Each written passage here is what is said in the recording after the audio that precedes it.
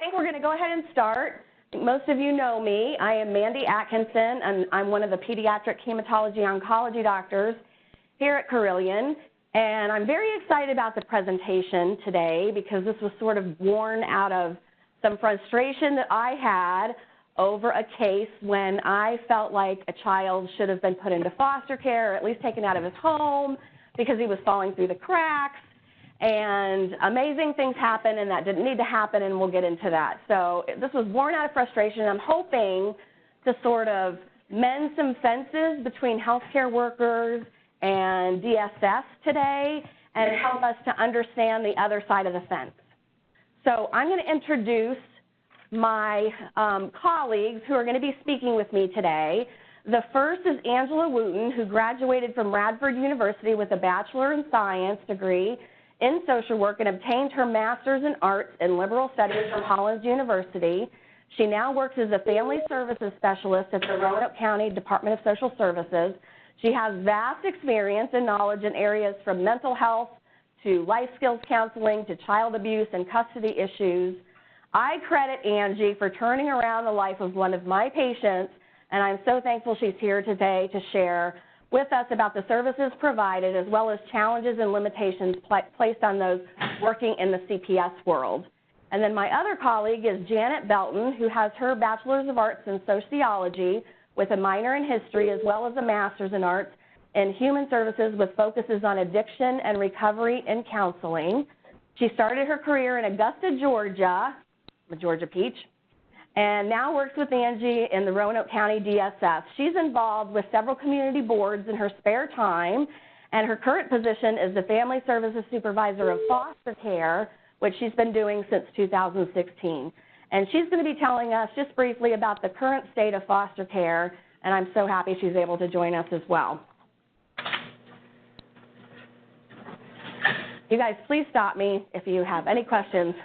And I will credit the memes with my amazing students who did a talk for me on intravascular versus extravascular hemolysis, and they made it a very interesting talk and taught me all about memes.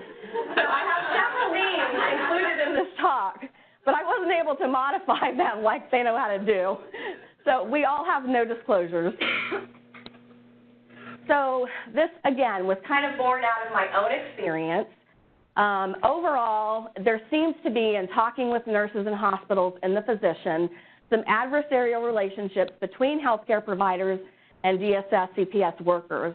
You know, in the healthcare industry, I'll hear all the time, well, why didn't they take away this child? Why did they take away this child? Why aren't they helping? And I'm sure they have similar questions for us. And what I found through all of this is really, just like anything else, it's about open and direct communication. So the objectives of my talk are to give examples of appropriate referrals to CPS, summarize different options for CPS interventions, apply information learned today to improve our communication with CPS workers, to relate to their constraints placed on them to help improve relations between healthcare and CPS teams, and to work effectively together for the best interest of every child. So this is an example of teamwork where you're not really quite sure who's on the same team. This is a typical example of teamwork, right? Well, one person is doing all of the work and the others are sitting on the sidelines laughing and watching that person work. These are obviously, dysfunctional teamwork. This is an unsafe teamwork. So if you can read the bottom there, it says, today the cookie jar, tomorrow the bank on the corner of 3rd and Main. Think about it, teamwork, the gateway activity. This is obviously dysfunctional teamwork. So this one says, alone we are annoying, together we are a plague. But there are some good examples of teamwork. So the dog is saying, I eat socks. The cat's saying, I supply the socks. Good teamwork. When I is replaced by we, even illness becomes wellness. And clearly these dogs are working together. So this says coming together is a beginning, keeping together is progress, working together is a success. We have to take care of children who are more challenging and those who are really cute. So everyone deserves our help. So we're going to start off with a case presentation, and this is the child that caused me to have some frustration over what was happening with this family and really feeling like he was falling through the cracks. So Big Shot is a 17-year-old with sickle beta 0 thalassemia, lots of prior complications. He had splenic sequestration requiring a splenectomy when he was young. He's had multiple episodes of acute chest syndrome. He has multifocal avascular necrosis. He's had many admissions for vaso-occlusive crises, some probably warranted and others not. And he definitely had a possible narcotic addiction. This family had a real lack of support. So the mother also had sickle cell disease and had her own history. So this is a mom who really was never parented. She grew up in the foster care system, and outside of a boyfriend who sometimes was there and sometimes was not, she really had no significant social support. She was also very ill with her sickle cell disease and was frequently admitted to the hospital for weeks at a time for her pain crises. He had a healthy younger brother. He had a biological father that did not have much contact with him, and they all lived, or his mother's boyfriend lived with them. So Big Shot, when he was young, he was cute, he was spoiled. The nurses all, gave him anything he wanted when they came into the hospital. And then he became an adolescent when he wasn't really cute anymore. His narcotics, he always had narcotics in the home because of serious pain. And, in further questioning, this was a mom that we definitely knew was overusing narcotics, probably herself, as well as for her son. So, if he would stub his toe, she was shoving narcotics at him. It wasn't Tylenol or ibuprofen. She was going right to the big guns because she knew what sickle cell pain felt like, and she didn't want her child to experience the same pain. He had numerous missed days of school, as well as clinic appointments, and he was hospitalized on a regular basis for pain. Pain is obviously very subjective, and it's a real ethical issue in treating patients with sickle cell disease when you're not quite sure that the pain that they're reporting is actually congruent with what they're experiencing. So he was never compliant with hydroxyurea or other helpful medications. He was not compliant with his psychology appointments. And so encouragement and openness, honest discussions with Big Shot and his mother were never helpful. And trust me, I had numerous very frank discussions with him and his family over the 14 years that I've known them. So we kind of went from bad to worse. In 2018, he had 9 admissions for pain, and they ranged over a period of like 6 months. So they seem to correlate with mom's patterns of admissions for pain. And finally, at one point, because mom was in the hospital so much, and I kept saying, you're not able to take care of your children when you're hospitalized yourself, she finally agreed to at least care connection, which also made a big difference for this young man. So early in 2018, he ended up getting expelled from school because he brought some of his narcotics to school and dispensed them to his friends. In spring of 2018, during the hospitalization, enough was enough, and I called a meeting with his caregivers. We had social work, case management, ethics, psychiatry, child life, and care connection were all present. So mom was admitted at the time. I did go up and talk to her a couple of days before we were going to have this meeting, and I introduced this topic of CPS to her because it was something that I felt like needed to happen. And I wanted her to understand that this wasn't a penalty for her. She clearly loves her son, but she was unable at this point to provide the care that they needed. And so, we talked about that ahead of time because I'm a believer in letting somebody know what you're going to do before you do it. And I think that's important. So we were able to get mom down to the meeting, and her boyfriend was able to come, so they were both there. Out of that meeting, we had several plans moving forward. So we were trying to get him into a special school for children with challenges called Hope Tree. we decided that he was no longer going to be allowed to have narcotics at home, and I was going to be the only one who was allowed to prescribe them. If he needed further medication for pain outside of Tylenol and ibuprofen, he needed to see me in the clinic, or we would hospitalize him for admission, but we were going to be trying oxycodone first as opposed to IV narcotics. We discussed with Big Shot his need to take responsibility and be held accountable for his actions, and those talks are ongoing. We were very adamant about his regular hydroxyurea. We started to work on transitioning him to the adult hematology service when he turns 18, and he still has a long way to go. We insisted on follow-up with psychology, psychiatry, orthopedics, his PCP, and hematology, which he was obviously not making those appointments. Medications were recommended to treat his chronic pain and depressive symptoms, and open discussions were held with the family concerning the severity of Mom's illness. So another concern that I had was, Mom was doing very poorly, at least by her report. She never responded to hydroxyurea. She's in the hospital so much. She's got pulmonary hypertension. And I was worried that her mortality was not being addressed with the family, which it really hadn't been. And so we initiated discussions about that because I felt like that was important. So we made the referral to CPS, and at that point, my goal was foster care. I felt like there was no way that this family was going to succeed on their own because it had been 14 years of me trying, and nothing worked. CPS's goals were to keep the family together with supports in place to avoid failure.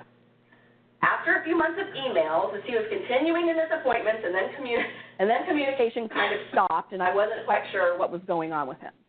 So Care Connection updated me that Big Shot was accepted to Hope Tree, which has made a big difference in his life. His hemoglobin is up to 9 on the hydroxyurea. His last admission for pain was in the fall of 2018. His last narcotic prescription, which he gets 14 tablets now, was months ago. And the avascular necrosis that he has of his shoulders have both been addressed with poor decompression. And so, after this period of I kept waiting for him to come in, then all of a sudden, he shows up on my clinic schedule, and Angie came in with him, and all of these changes had taken place, and he was like a new kid. And we started more work on, him taking responsibility, work on our transition things, educating him on his sickle cell disease, and the track that we were really hoping he was going to go down as opposed to the track that he was currently going down. So he's been a success, and with that, I'm going to have Angie come up and talk about CPS.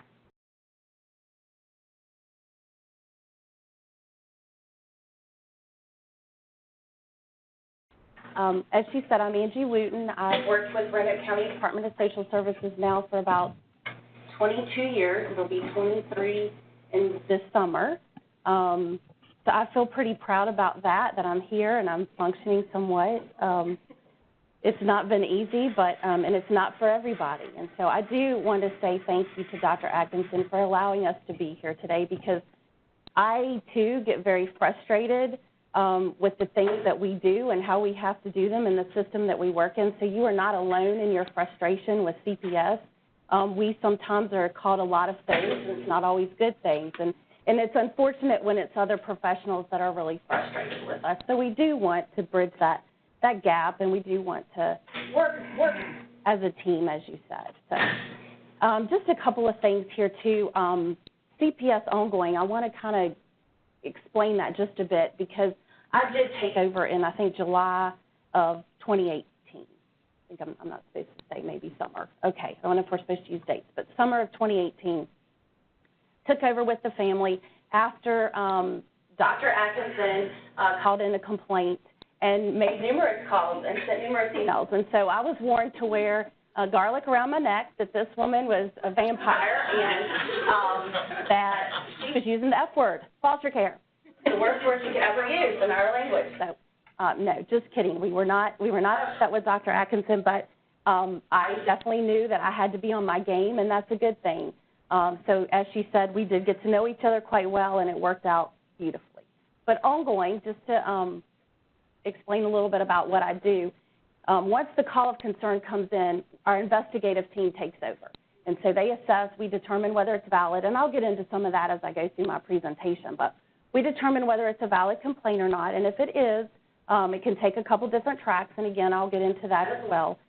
Once that process has happened, that takes about 45 to 60 days. That's all they're allowed to keep a case open when it comes in as investigation or a family assessment. It is referred to ongoing services. And when it is referred to ongoing services, it means that this case is high risk.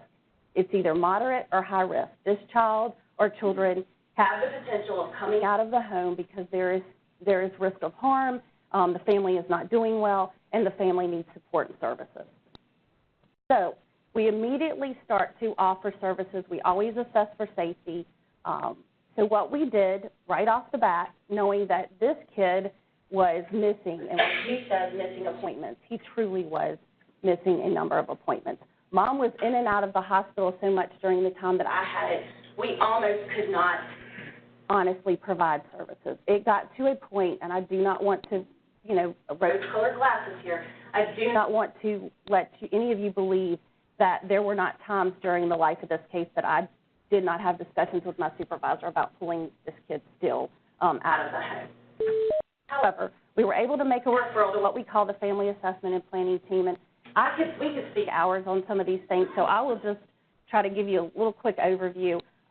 We have a team of folks that we can go to. It's called the Comprehensive Services Act is what is the umbrella that Family Assessment and Planning Team is under, and we can go to this team whether they're in the Roanoke County area, Belton, or Salem. We can serve these families at Roanoke County DSS.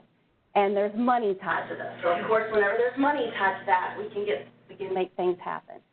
So recommendations from this team that sat down and worked with me and this family were that we needed a parent aid. And what a parent aid does is they went in and they literally helped this mom get to her appointments, get Big Shot to his appointments, work with the doctors, go to doctor's appointments, work directly with Dr. Atkinson. And so that made a huge difference that we were able to pay this clinician, and this was out of Family Services of Roanoke Valley, to come in and work with this family. We also provided what's called intensive in-home services. That was through Medicaid. Noah, because of his behaviors, as she mentioned earlier, he was bringing narcotics to school, which really got him in big trouble, which landed him at Hope Tree for his education. So he is at Hope Tree just for educational purposes. He is at home with Mother, but he goes to Hope Tree. It's called Hope Tree Academy to educate him. That made a world of difference, actually. It's unfortunate that he got in trouble, but it landed him in the right place. Intensive care coordination, we were able to get funded through Blue Ridge Behavioral Health Care. Again, that is a community resource that we access quite frequently. What intensive care coordination did is they got in there and they started gathering all this information. We met monthly. We brought Mom in. We brought Mom's boyfriend in. We were able to really start holding people more accountable. Why is he missing? What's going on? What resources have we missed? And this person literally just managed all of that. And I guess it could be somewhat like your Care Connect in a way in the medical profession. We were able to offer respite services. Now, Mom did not take us up on this, but what that means is that we could have children actually be placed in a respite foster home up to 14 days. And it's not a child coming into foster care. It's families that we have trained that are approved foster homes that Big Shot could go to if, for example, his mom was in the hospital and there was no family there to support and take care of him. So we did offer that and got funding for that. He was able to get medication management, and then we were also able, through the Family Assessment and Planning Team, to do some material support. Now, what I mean by material support is we actually paid rent. We paid electric. We helped purchase cleaning supplies because once we get in there, folks, there's always more to it when you get into the house, right? What you guys are seeing is we get out to the house and it's like, oh, my gosh. And I had to keep in mind what's minimal standards, what can we live with, what's a safety issue. Well, we couldn't live with some of this. So we were able to purchase some cleaning supplies. We were able to get the parent aid out there, and they actually organized, and we bought totes, and we started to really show the family. Now, I don't mean paying for things to build rapport, but we started to help stabilized the family. So they weren't worried about rent getting paid that month. She wasn't worried about having to be evicted and find somewhere else to live. So we started the electric bill. It had gotten way over $1,000, and I still do not understand how all that happened. But we were able to get some immediate needs met, get out of the crisis mode that she was constantly living in. However, at the same time, we have to hold the family accountable. This isn't an endless supply of money, and we need to be fiscally responsible. So the parent aid went in and did budgeting. Of course, mom's on a fixed income with disability, and then her son is getting disability. But they had to live within their means, and so we were able to work with them on that, too. So went through all of that. He's now in individual counseling with Blue Ridge. He now has case management services through Blue Ridge. The entire family does. He's now receiving his medication management, and he's taking the meds as prescribed, which is huge. The home is less cluttered, and it meets our standards. It's not perfect, but it is less cluttered, and it is acceptable. Mother was last hospitalized in winter of 2018. Today, she is not hospitalized. I did talk with her last week, and she is struggling a bit, but she has not been hospitalized since the winter of 2018, which is huge. We were literally having every other week, at least. She would go in, come out. He would go in, come out. It was really overwhelming. Big Shot and his mother have now not missed medical or counseling appointments with the assistance of Family Services of Roanoke Valley. I want to stress that it was the supports that were in place. Mom still struggles. It is getting better, but with the assistance and the support of the clinicians that are in the home, Mom has done much better, and Big Shot is doing much better. We've been able to provide transportation when the family has needed this, ourselves at Social Services and also Family Services. We've also been able to participate, as Dr. Atkinson said, in doctor's appointments. That was extremely helpful to me because a few times I would meet with Mom and, you know, she would present all this information and what the doctors were telling her, and I thought, is she going to live through next week? I mean, I really, truly thought she is on death's door.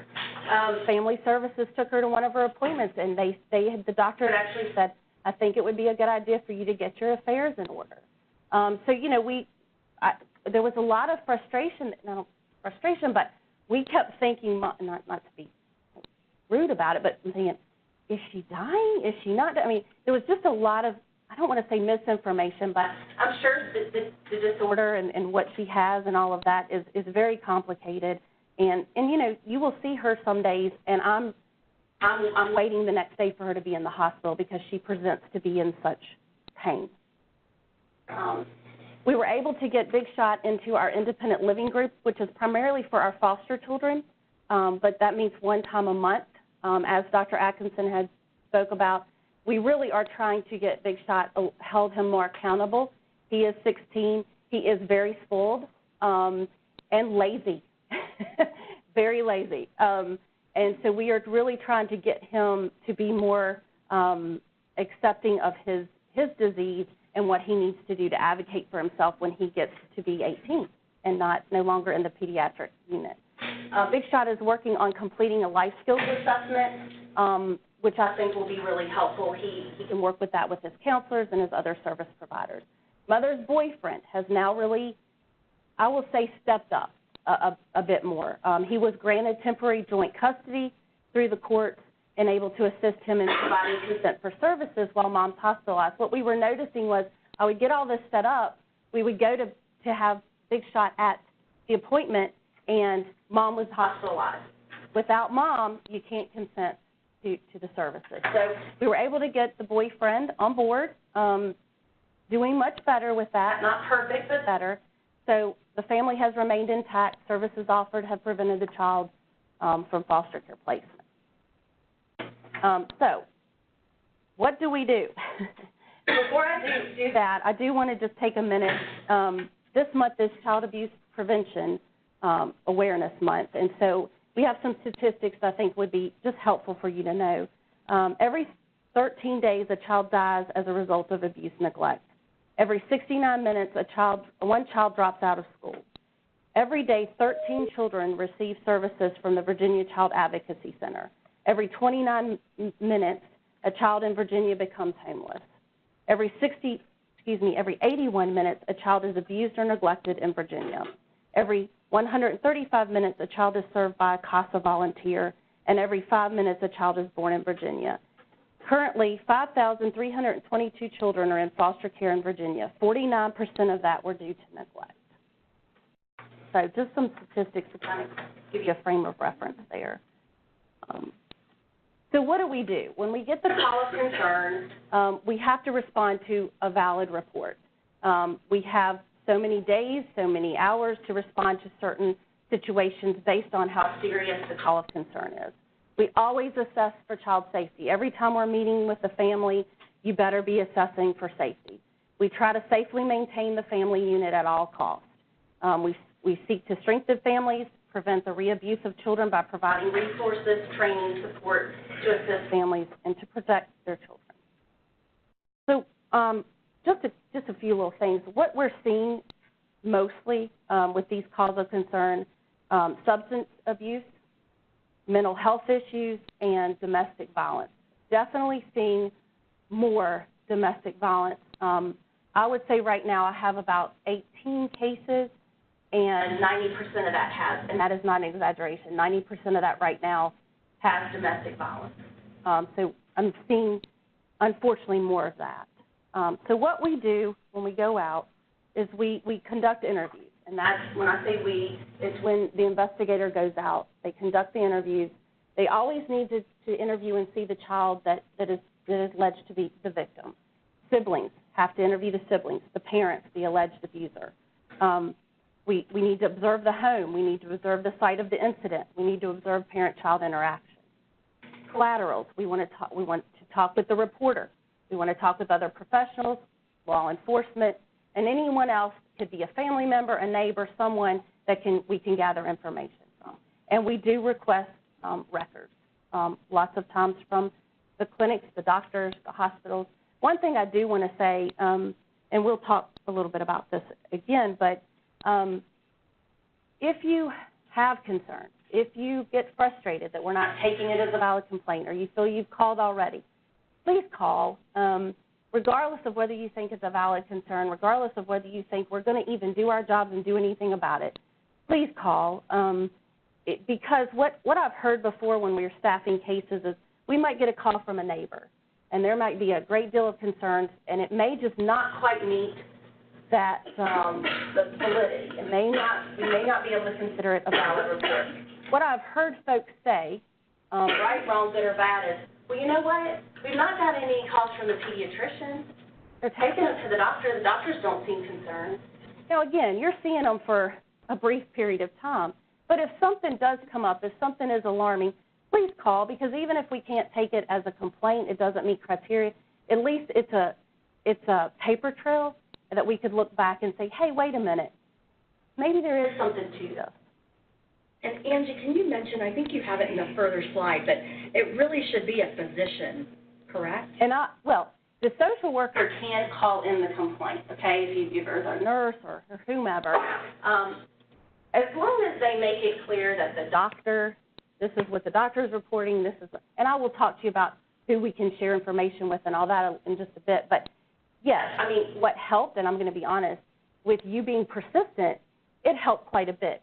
Doesn't mean that we weren't going to serve that child, but it absolutely helps if you follow up as a physician to what's going on and to add more information. But it doesn't necessarily have to be that physician that calls the complaint in. But obviously we would like to know who the physician is because we would like to reach out and gather information. Okay. The other thing that we do, we have a lot of what we call family partnership meetings and child and family team meetings. So we really try to get, as you had done with Big Shot, we try to get folks to the table. We really try to get, we'll invite physicians, we'll invite psychiatrists, psychologists, even if they can participate over the phone. We'll invite school staff, neighbors, relatives, whoever to these family partnership meetings, especially if it's a high-risk case, because if we're having a family partnership meeting, it's serious. It's hit the fan, something's going on, and we need to react. So just in case, just for your information, if you ever hear those things tossed around, we do try to have more child and family team meetings and family partnership meetings. And we're seeing a lot of success with that because a lot of folks will tell you, Dad's not involved. Hear that? Mom, Dad's not involved. We'll ask, where's Dad? Oh, he's not involved. Okay, what about Dad's family? What about, we're always having to look at support systems, resources. And so we don't always get the truth. Shockingly enough, we're not always told the truth. So we do try to have these meetings. It's a little bit harder for them to, again, that's not the purpose of the meeting, but it is a little bit harder for folks to be deceitful when you're face-to-face and you've got other people in the room holding you accountable. So what makes it a valid report? There's 4 criteria. Age of the child. The victim child is under 18. So, of course, you cannot call in on an 18-year-old. Jurisdiction, for us, we would take it if the child lived in Roanoke County, Benton, or Salem, or if the abuse occurred in our locality. Caretaker, the abuser was in a caretaker, or the role of a caretaker, and the definition, the abuse neglect meets the definition as given by the Code of Virginia. So those are just criteria that we have to go by in order to validate a report. Now, before I go into the 2 tracks for a valid report, I do have some examples of what, and I'll try to, I don't know, but I do want to kind of give you guys some examples of what a doctor did call in on a case that I still have open for ongoing. Of course, it did meet criteria and was a valid report. So the caller reported concerns for Buddy Jones, who at the time was 1.5 years. He's now almost 2. The caller reported that Buddy was brought into their clinic by his mother, Susie Q. The caller reported that Buddy was originally brought into the clinic due to concerns of cold symptoms, rule out ear infection. Caller stated that while he was examining Buddy, he noticed 6 to 7 bruises starting at the right elbow, going up the arm. They were 0.5 centimeters to 1 centimeter and bluish purple in color. The caller reported that there was a large bruise on the child's upper thigh, and it was approximately 7 centimeters across, also blue and purple in color. The caller reported that when he saw the bruises, he asked Ms. Q what happened, how the bruises occurred. Her demeanor changed immediately. She seemed slightly fearful to talk about what happened, and the caller reported that Ms. Q disclosed that the bruises came from Buddy's father, Mr. Billy Jones. So Ms. Q tells the caller that Buddy gets spanked quite frequently by his father, that she's seen bruises. She saw the bruises for the first time last night, and that Ms. Q has started to notice that she is seeing more bruises left on her son when his father is taking care of him. As we get on into this case, obviously we did take that as a complaint. We did investigate it, and I am working and ongoing.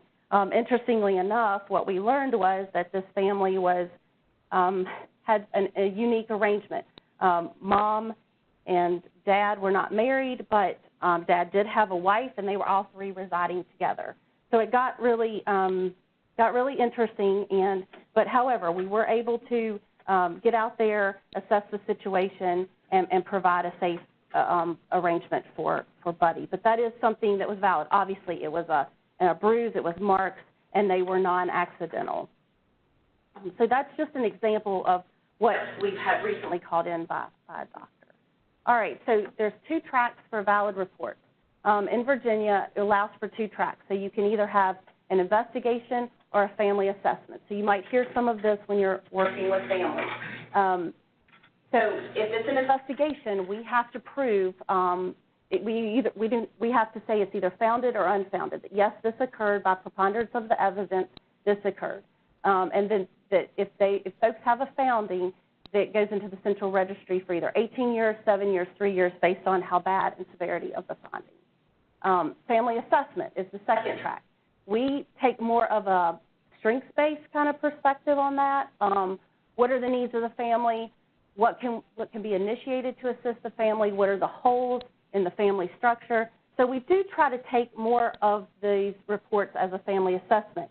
However, when there are injuries, it's sexual abuse, certain things, it has to be an investigation. So those are the 2 tracks, investigation and family assessments, that we can work a report. All right, what about some of the things that we cannot take as a report?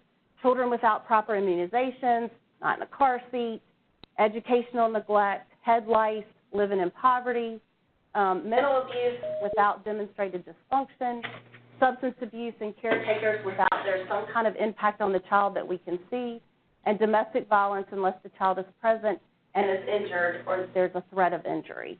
So those are just some of the things that folks will call in that that just does not meet criteria.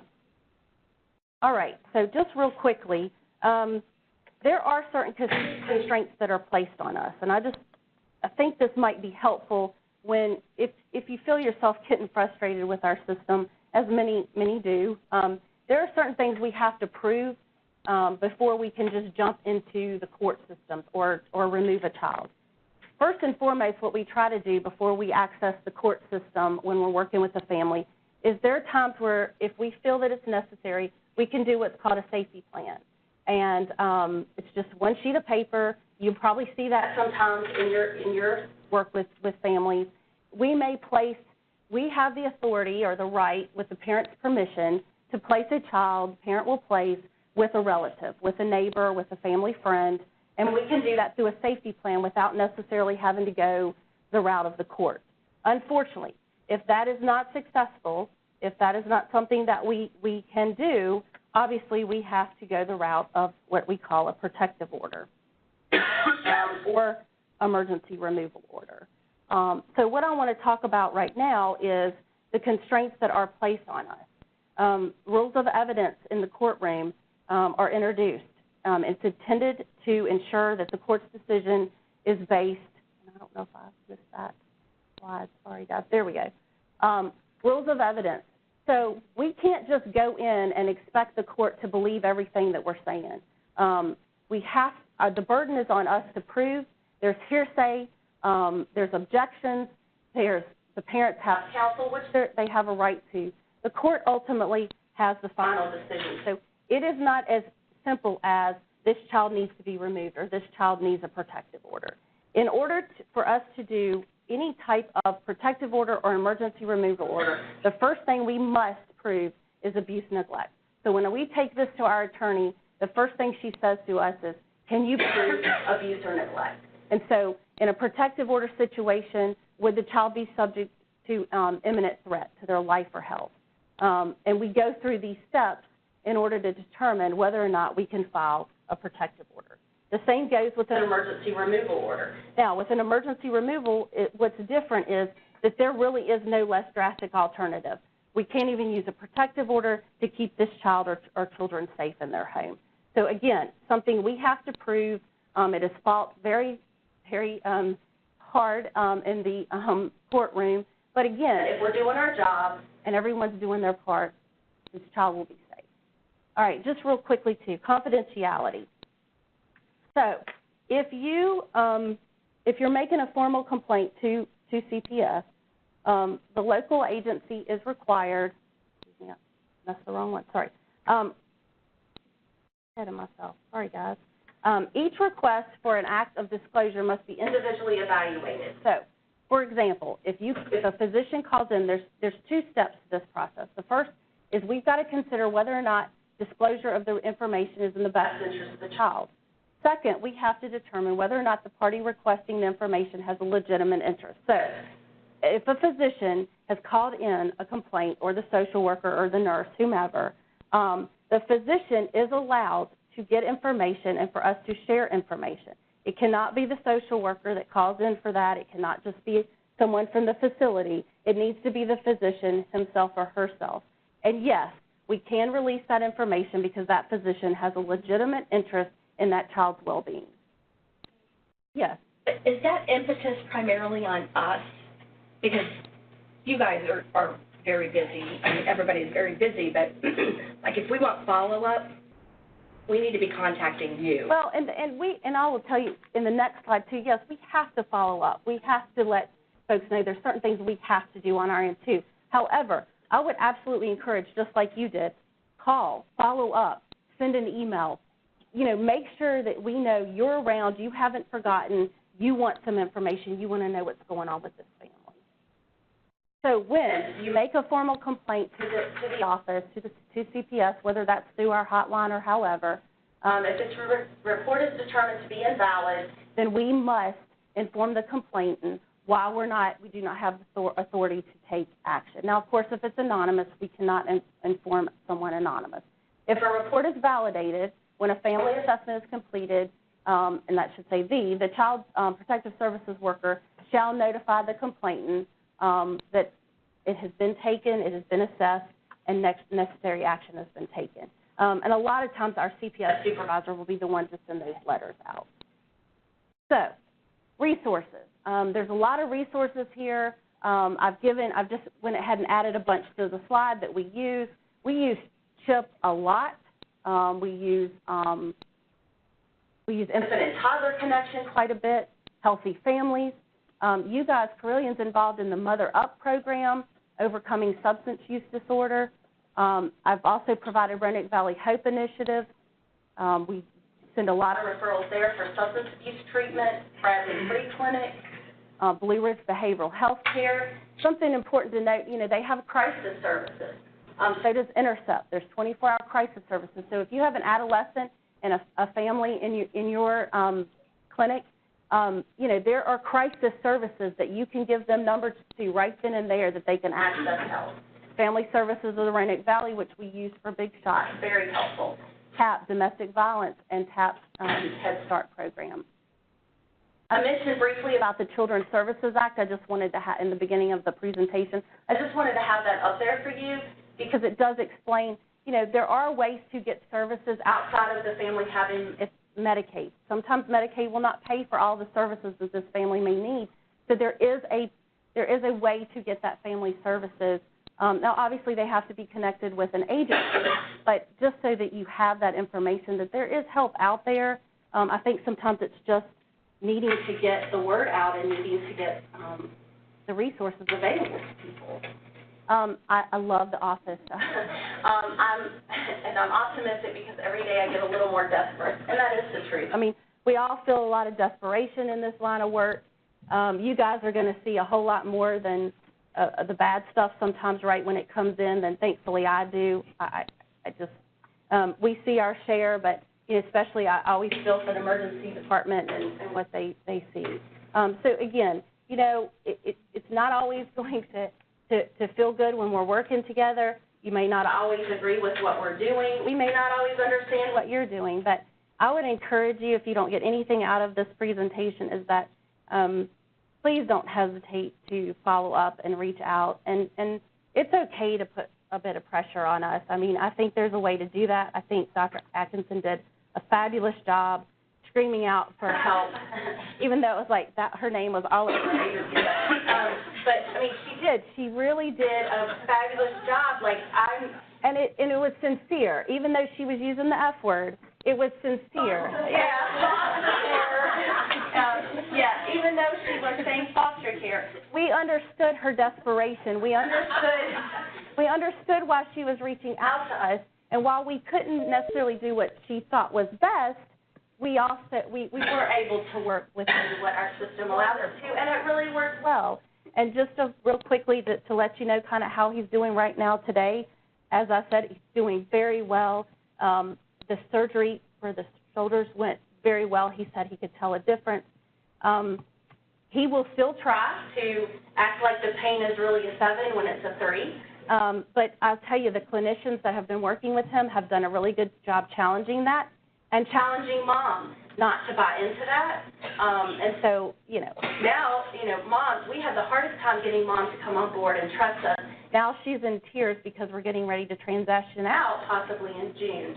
Now, I hope you don't have to call again on this family. But if you do, we will step back in and assess it and hopefully get them back on track. But, I will. I know. But our goal is to always, when we exit out, we've left them with these resources they can access in the community. We've left them with some support that they can manage through their Medicaid or through themselves and not necessarily have to have us or money tied to that. So we feel like we've set them up fairly well to be successful, and we hope that they are. But again, thank you for your time, and we appreciate all that you do. I swear we do, and I'll let Janet kind of speak briefly to foster care and what all she does with that.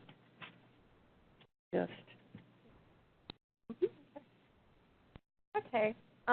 So as Angie said, I'm Janet Belton. I am the F word, I guess. The walking F word. And I supervise the foster care program at Roanoke County. I have been in foster care about not me personally, but I supervise foster care for the past 3 years. Prior to that, I supervised CPS investigation, CPS ongoing foster care prevention for about 17 years. So I've probably been called every name you can think of. My favorite was child repossessor. So in any case, I will be very, very brief. I just want to talk to you a little bit about the foster care program and how it looks here for us in Roanoke County.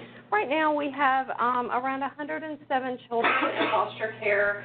Probably about 35% from the city of Salem, about 65% from the county. The youngest that we have, I believe, is 6 weeks, and my oldest will be turning 21 in July with 2 children of her own. We do have a program called Fostering Futures that allows our children to remain in foster care until they turn 21, because I don't know about you, but most 18-year-olds I know are not really ready to go out in the world by themselves, and certainly not our kids that have experienced the foster care system. So we stay involved a little longer just to give them that extra support. They are adults at that age. We can't consent to anything for them. They can live anywhere they want to live. We continue to provide monetary support and case management. But as I said, we have around 107 children. The majority of the children that are in foster care now are in for abuse and neglect. However, I do have a very special group of teenagers, probably most of my teenagers, that enter care due to their own behaviors. These are typically the children that are involved with our court services and the juvenile justice system, that their parents can simply not manage their behaviors in the home anymore. That's when we get a call from the court at 3 p.m. that, oh yeah, by the way, we're going to place this child in foster care.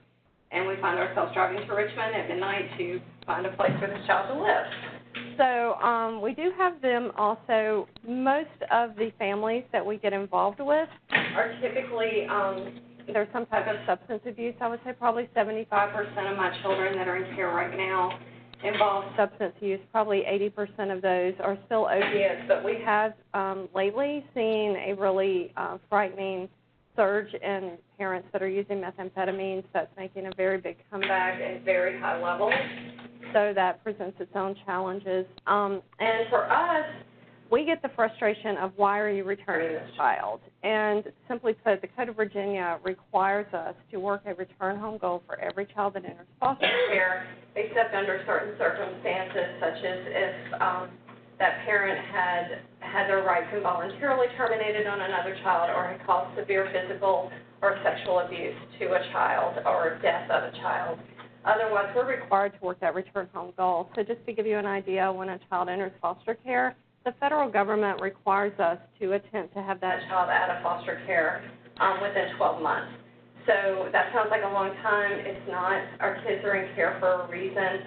The families are up against a lot of obstacles. There's a reason that they're involved with us. Typically, once a child enters foster care, it is like a time clock starts ticking with the federal government. By the time we are 6 months to 9 months into a case, we should really have that child back in the home on a trial home placement. So it moves very quickly, and by the time we get these families, usually CPS Ongoing has worked with them for a while. Everything has been tried. So we do have a lot of children that either, unfortunately, age out of the foster care system. We do have a lot that are adopted. So very, very briefly, that's kind of foster care and how it looks. I did want to share one thing with you just to kind of give you a heads up, I guess, that this is coming.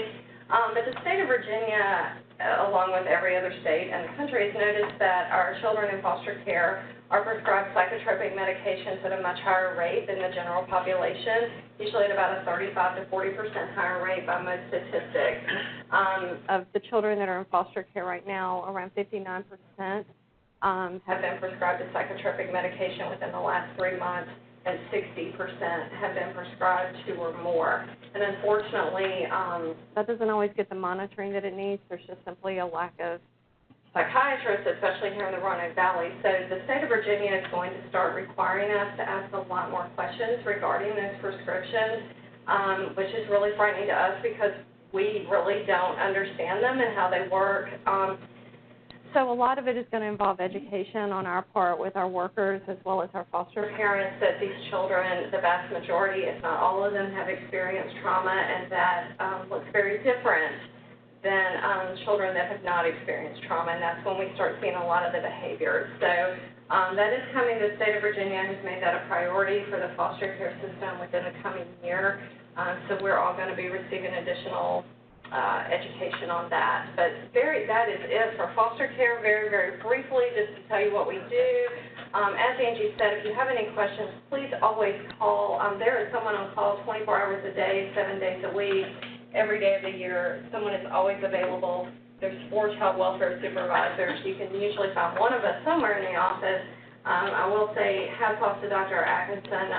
It got to the point that all anyone had to say was that doctor's on the phone again, and we would all just scatter. I had a lot of reasons to leave the office when that happened. So anyway, they did a great job. But I'm going to turn this back over to them now for any questions that you guys may have. We do have some CME questions, right? Do you want to do the CME now? Go ahead. If you want to click through them. Oh, sure. Quickly, and then we can open it. Sure. Oh, sorry. So apparently I was just asked to do like 3 questions. Apparently you guys need that for your, I guess, credits or what have you, so these really aren't tough. But what does, I don't know, is it on here? What does DSS have to prove in court before the judge will grant a child protective order or an emergency removal order? A, is there proof of abuse neglect? B, the child or children have been immunized? C, DSS is the end-all, be-all, and does not have to prove anything. Very good. Are physicians allowed to request information from CPS on a child and family? A, any physician or medical staff can access CPS information. B, a physician can if he or she is treating the child with a legitimate interest. C, if it is in the child's best interest. And D, both B and C. B, right. What are the 2 tracks for valid reports? A, interviews or observations. B, founded or unfounded. Or C, investigations or family assessments. C. There you go. All right. Anyone in the room have questions? I saw a hand up. All right. You got a question? All right. I just have one comment and one question. The key point that I heard today, and I just want to reiterate, is communication. And you mentioned the hotline, you mentioned all those other things, and the social worker can do this. In my experience, if I call the CPS worker, I'm not going through this telephone tag thing. I'm giving direct information, and that is the best. And doctors are afraid to do that. Mm-hmm. They don't want to do it. Mm-hmm. But for all the learners in the room, that's a key message this morning. The other thing, you talked about accountability, and I'm just curious, and I know you deal within legal realms. There was a man living in that home. Yes. What and so the rent's behind, the electric's behind. Right. What culpability does he have? And he probably doesn't, but I'm curious. Well, no. So when I said we paid a number of things, we did. We did that with the understanding that this is one and done. We sat down with the family services worker, the parent aide. They did a budget. We saw where a good part of he got a second job while we were working with him, and a good part of his income was going to child support that he was paying for other children. So we were able to see that he was assisting when able, because let's be real, the first thing you want to look at is, look, I'm not paying rent for him to lay on the couch and you to be in the hospital, and again, not to be crude, but that we have to be fiscally responsible. So, when we paid these various things, it was after we sat down, we saw the budget, we saw what was going on, and we saw that he was working 2 jobs and he was helping her pay certain bills. We were able to see that. He was buying clothes when he could for the children. So we did feel like he was there and contributing to the point that we felt confident that we could make that decision and feel good about it. Any other questions or comments in the room? We have. this case that Mandy presented is a situation where it sounds like she'd been dealing with the situation for years, doing her best to try and improve things, and by the time she made that contact, she was ready for something to be done. Absolutely. Where at the same time, when you were contacted, it's like we have to start from the beginning. And so I think that's an important recognition. And in that regard, we have these situations we have with a number of patients. They get these questions, it's not so bad, chronic care patients particularly. Should we be contacting you sooner if we have concerns of situations building before the point where you say this is enough? Absolutely. And again, what I was saying before is, like, even if it doesn't quite meet criteria, we can either have a paper trail there, or I didn't really speak about this, but we have a program, at least with Roanoke County, it's prevention. It's called foster care prevention. And so you don't have to meet criteria for abuse neglect. You don't have to have a CPS complaint before you. We can voluntarily go to that family and say, hey, and you can speak more to that if you'd like, that they could voluntarily take advantage of that service. Right, and if that clarifies things just a little, the prevention program does have different criteria. The goals of that program are to prevent abuse and neglect, or to prevent further abuse and neglect. So even if you don't think, gosh, this doesn't meet, CPS criteria, still call it in, because we can screen that and refer it to the prevention program and get those services in place before it escalates to a CPS situation. That was my other goal for this talk, was to, get those options out there, because there, obviously there were things that they can do that I had no idea were available. So, again, it comes down to communication. We have about 1 minute left, so I can unmute the phones really fast. If you are on the line and you do not want to ask a question, please put your phone on mute now. The conference is now in talk mode. Hey, does anyone on the line have a question for any of our presenters? Once, going twice. Yes, I do. Oh, okay. My name is Barbara. I work in genetics, and I also work alongside pediatric neurology. We get sometimes cold calls from CPS or DSS requesting information. What are we allowed to release? Do we need certain documentation before we can give this information?